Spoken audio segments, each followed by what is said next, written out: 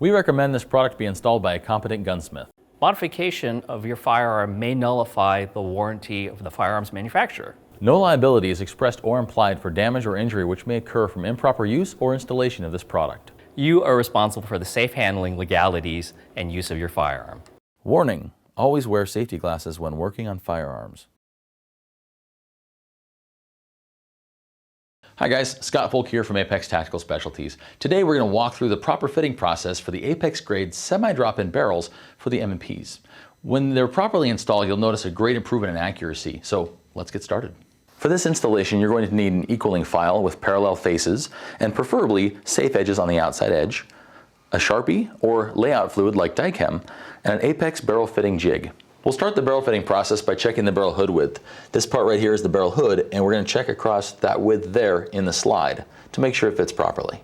The first thing we'll do is drop the muzzle end of the barrel into the slide. Set that down. I'll turn the slide over. I'll push the barrel back into the breech. You'll notice that the barrel hood width is correct. So now, while I push up on the barrel, you'll see that the barrel doesn't come all the way up into the breech. What that means is I need to trim the hood length. So we'll do that next.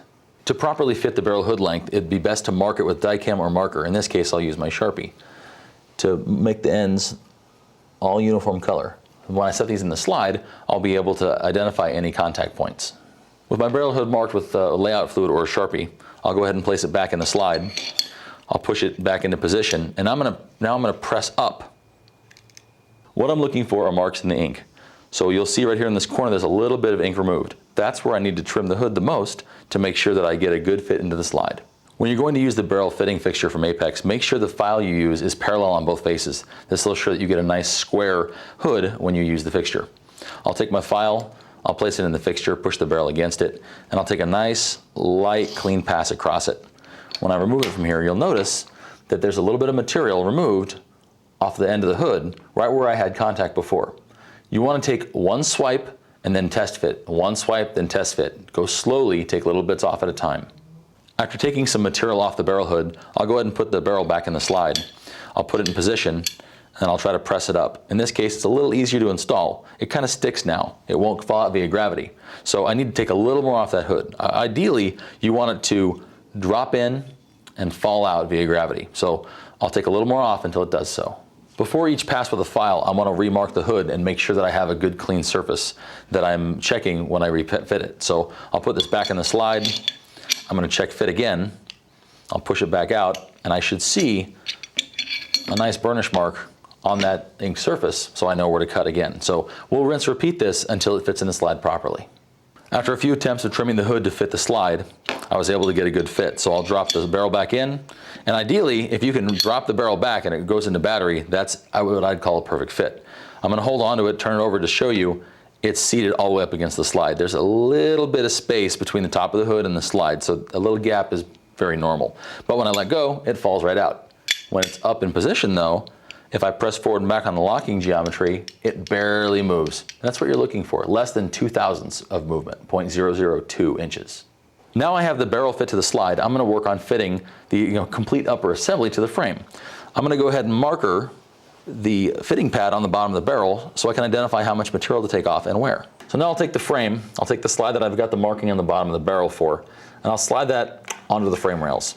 I'm gonna bring it back. I'm going to try to get it to fully engage the locking block, but it's not. So I'll give a little bit of a tap against it, and I'll pull it back off. I'm going to look for marks on the bottom fitting pad. Kind of hard to see in the video, but there's a little mark right here on the bottom fitting pad that I'm going to have to trim to. So I'll put this in my barrel fitting fixture. I'll take some material off. I'll remark it, and I'll try it again. Using the same technique as last time, I'll set my file into the fixture. I'll push my barrel against the file, and I'll take a swipe at it. When I pull it back out, I should see some material removed from that fitting pad. Then I'll go back in, try to refit it, and I'll come back again and remark as necessary. You'll notice on the bottom pad I didn't take material off the entire surface. That's okay. This is going to be a fitting process that will take a little bit of time to get dead straight against the file. I'm going to go to remark the surface after my initial cut, but I'm also going to go ahead and mark this little chamfer down here on the front edge, the inside of this little crook. The reason for that is I'm getting contact right here on the little ledge. So I'm going to go ahead and mark that so we can see the impact after we put it back in the frame again. After remarking more of the barrel, you'll notice that there's the impact mark here from where I tried to fit it on the frame again. So I'm going to take it down until that material is almost completely gone before I refit, because you need to take off at least that much. Now that I've taken enough material off till my mark has almost gone away, I'll go ahead and remark it with ink, and I'll put it back in and try to refit it. As you can see, there's plenty of material still being contacted there on the frame, so I'm going to take a little bit more off and continue working my way down. You'll notice I've re-inked the barrel and I went ahead and fit it to the frame. You'll see 2 contact points on top and bottom that I need to continue taking material off of. This is perfectly normal. Next thing I'll show you is how the barrel should look when it's on the frame when it's just a little too tight. I have my barrel remarked with ink, and though I can put the slide on the frame, and with a little bit of work, I can lock the slide into position. You'll notice that it doesn't go into full battery. The back of the slide doesn't match the frame. So I can press it forward and it will go into battery, but that's too tight. We want to have less than 2 pounds of force to lock that into position. So I need to take more material off the bottom of the locking pad on the barrel. After fitting my slide onto the frame, you'll see that there are still marks on the top and bottom. So I need to take more material off there. As you saw before, the barrel was too tight on the frame. I put the upper on the lower assembly, and I have just a little bit of a burnish here still. I still need to take a little bit more off, so I'll take a little swipe with the file, then I'll work on polishing that surface to smooth it out. With the barrel installed, I want to double check how much forward locking pressure I have to make sure I don't have too much material on the bottom of the barrel. So I'll put the slide forward, and you'll notice it doesn't go into battery. If I press with 2 pounds of force and it locks into place, we're good. This is a little tight still, so I'll take a little bit of material off. You want 2 pounds or less of it dropping in to there. So I've made what I hope is my final pass on the bottom of the barrel, and we'll go ahead and check that now. I'll let the slide forward, and I'll just give it a little touch forward, and it locks right in. I would say that's less than 2 pounds of closing force, so that's right where I want it to be. It'll loosen up over time, especially once it's actually lubricated as well. Now that we're happy with the barrel fit, we need to go over lubrication. On a barrel, you need to lubricate the muzzle end about 1/4 inch back from the muzzle, right there on top, and then same thing on the bottom. I'll use my finger and smear that around 360 degrees.